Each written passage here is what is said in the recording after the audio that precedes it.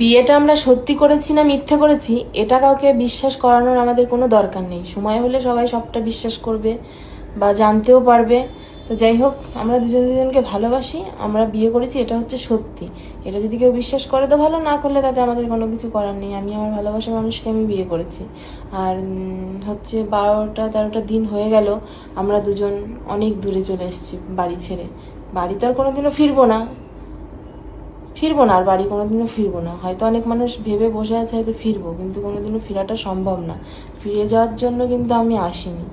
আর ভালোবাসা যদি মনে হয় যে অন্যায়, হ্যাঁ তাহলে আমি অন্যায় করেছি আমার ভালোবাসার মানুষকে আমি কাছে পেয়ে। আর কি বলবো। তোরা দুজন যে পাঁটা আর পাঁটি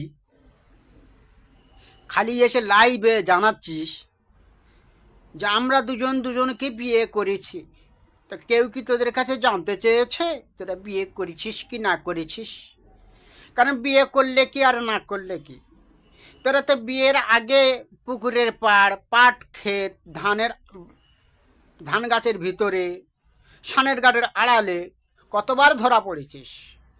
এই আবার জানাবের কি আছে, সেটা তো আমরা জানি, তোদের গ্রামের মানুষ জানে।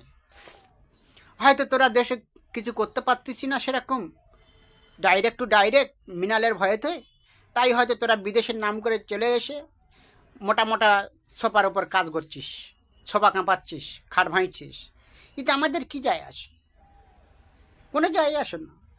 তোরা বিয়ে করলে কি আর না করলে কি, তোরা হচ্ছে ভাদ্র মাসের কুকুরের মতো তোরা দুজন। তোদের দুজনের জন্য খাস করে এই ভিডিওটা দিলাম, তোরা দুজন এই রকম।